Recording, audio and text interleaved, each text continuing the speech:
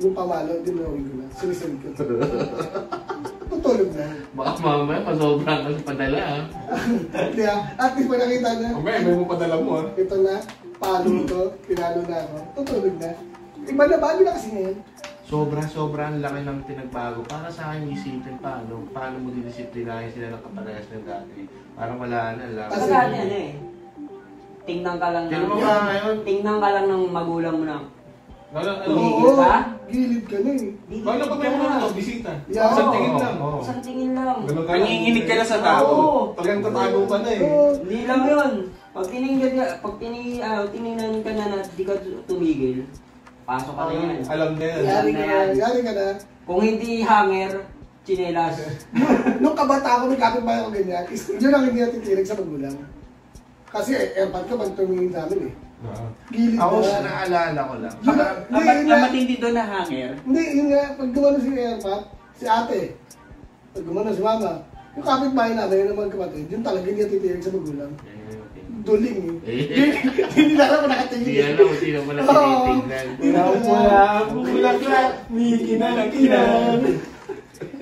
Ang maganda doon. Ang galing mo. Ang malapit doon na hanger, noong araw, hindi uso yung hanger na plastic. Oy, bakal! Yung alambre, tsaka yung kahoy. Puta, pag yan talaga, hinampas sa'yo ng magulang mo, sigurado yung korte ng hanger, didikit sa... Hindi lang yun. Magbabayulit. Otohisi ka na dyan. Kasi sila panganay ko, hindi na naranasan yung halos. May pagkagawa sa mga kapatid nila ng pamalo eh. Pagpapaligan ng kapatid no? Okay lang. Sabagay kasi ako hindi ko naranasan talaga yan legit. Kasi ate ko tsaka ako, nag-aaway lang kami na pag lagi niya ako natatalo sa kahit anong bagay. Oo? Masaya ako pag ako nanalo ko niya, nagsusugal kami, tongit-tongit gano'n. O kahit anong laro. Pag natatalo ako niya, iiyak na ako. Tongit ka na ng bata? Hindi ko alam tongit o lucky na yun kasi cards game siya. Baka mo yung kuya niya? Hindi, ano siya, manable ka pa rin. With uling? Ano siya? Yung ating mapagbigay noon. Pag alam niya na iiyak na ako, ibabalik na yung pera ko. Pero pag natalo ko siya, Sa'yo ano na yun. yan? Wala nang balikan. Kaya hindi ako nakaranas, hindi ko alam nga kung kay mama, o alam ko si papa lang yung namalo sa akin. Mama ko hindi siya madalas mamalo. Pero parang 2 beses lang ako napalo ng papa ko. Una, yung padapa. Ay! Di ba yung padapa, nasampasin ka ng sinturon? Sakit to. Tapos yung pangalawa naman, bugbog ako nun. Kasi sabi sa ng papa ko, kita di ko high school ako nun. Kailangan, pagdating ko ng bahay, nandito ka na, galing trabaho. Yun. Nahuli ako. Siya sumundo sa akin sa labas. So, nasakta ng airpod ko lang pagpapagalitan. Ang mama ko. Kaya tuwan-tuwa ako niya, pagpapaliran, dumating ng tatay ko. Uy, Diyos mama, mapalun na ako, may libit na yun eh. Sinisigawan ng mga kalaro ko, uy! Mama, pumalo na! Tatakbo na ako na, nakikita ako sa airpod, sasalubungin ko na yun, nasa likod na ako eh. Kasi ako taga-sarang, cha! Pagkabakagdang sa kwarto, sabi ko sa'yo, kaya ako nasasaktan eh. Tsaka yung meron pa ng 90s. Hanggat hindi ka nakakapagbasa, hindi mo natatapos yung yung abangada, may palo ka niya. Pagdidisiplina na matuto ka dun sa tinuturo ng magulang mo. Ganun si Papa. Kada pabasa sa akin May palo. ng sentence at di ko narinig na May palo. may palo. Kung baga, tinuturuan ka nila na maging matyaga ka sa pag-aaral. Ako naalala ko dyan, yung mama ko, tinuturuan ako. Siyempre, bata pa eh, di ba? Anong Iba na. Ito, next!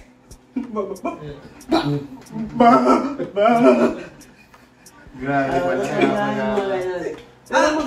Ayusin mo! Tumutulo na yung luto. Maganda yung ngayon, hindi kagaya yung mga ngayong panahon natin, yung panahon ngayon, mga bagong henerasyon na magbabasa, tapos hindi naman nag-aaral na maayos yung mga bata, puro cellphone na lang. Pero hindi. Hindi naman ganyan. Kumbaga, mas advanced sila ngayon. Advance. Kaya, Kasi lahat ng napabalaki na nangyari, sila ngayon.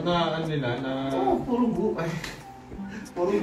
Google. May gusto ko malaman na pronounce, Google. Yun, maganda yun. Puro lahat. Ang ano lang kasi nga, ang pinaka pinaka nangyari lang na ano kasi is para nasira yung gandang asal. Oo, disiplina.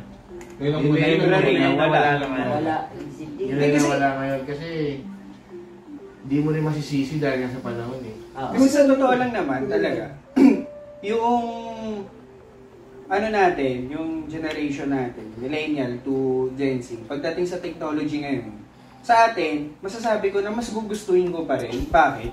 Kasi tayo, gusto natin mag-aral, kailangan natin pumunta ng library. Talagang magsisikap tayo eh. Oo. Di ba? Oo. Ngayon, elementary naman, di ba? Hanggang kahit high school eh. Ginagawa natin yan. Simula kinder hanggang grade 6, section 1 ako. Ang gulo. Ngayon, Bakit? Third year lang ako. hindi. Kumbaga, tayo yung talagang pinagsisikapan natin eh. Kasi, bawat subject talaga isa-search mo yan. I-manual eh. Susulat mo yan. Iisa-isahin mo pa yan. Tapos, next subject, gano'n na naman. Ngayon, sa Gen Z, andyan na. Tapos, imbis na isulat, ipiprint na lang. Photocopy. So, Screenshot, ganun. yung effort, wala ni. Kasi easy na ngayon. Ipa-review mo ngayon sa kanya yan. Ipa-report mo sa kanya. Hindi niya alam. Kasi yun na yung ginawa niya. Nakapag ano lang. Hindi katulad ng panahon natin. Talaga habang sinusulat, binabasa pa. Tapos pag hindi mo na, ni-report mo na, di ba? Binasa mo na. Patay, nakalimutan ko. Ginawa mo pa talaga yan. O kinopya mo lang sa kaklase mo. Hindi na memorize. Oo. Ba't di mo alam, di ba? Pero ano yun, hindi natin may iwasan yung paglaro ng kaalaman. Oo. Yan. Sobra, isa ngayon. In biblical, sabihin na natin. In biblical, magandang aral yun. Sa Daniel 12:4, ang kaalaman ay lalago. Nakasulat yun dun sa ano na yun. Kaya yung knowledge ng mga kabataan, talagang lalago yan. Pero, dapat yung disiplina ng kabataan, nandun pa rin. Gaya ng 90s na tayo, na totoo yung sinabi ni Kuya na yung physical, yung utak natin, mapapagod tayo. Parang ano, nawala sa atin yun. Kaya marami ngayon mga kabataan, may sakit, naka-cellphone, Sakitin na. hindi na nakakapag-jogging, hindi na nakakapaglaro sa labas. Alas 3 ng hapon, ang hawak. Diba? Cellphone, ML. Yun kasi, yung Oo. henerasyon nila. Tsaka yung sa batch din naman natin, ang kagandahan, kung meron sa mga na ano nyo to, merong mga pumupunta na mga ano sila ng church. Putinban, nung unang bata. Minsan kulay green. Hindi. Kumbaga, may nag-ano, kumbaga may nagtuturo about sa ano, biblical, ganon, something ganon. Religion. Religion. Religion. May nagtuturo. Ngayon kasi, grade 1 yata ako ng parang wala ako na encounter o nakikita sa mga Gen Z ngayon na ganon, sa mga eskwela. Dati kasi Kaya meron. parang pagdating sa ano, pagdating dun sa values, wala.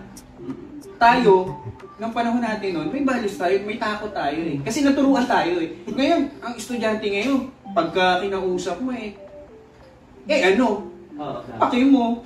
Well, ito kasi Diba? yan eh. Parang ano kasi yan eh.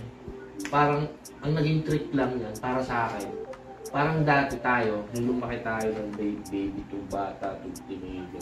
Para tayong nakulong lang sa hindi natin alam. Tama. Hindi natin alam yung ganito, yung ganyan, yung gano'n. Pero yung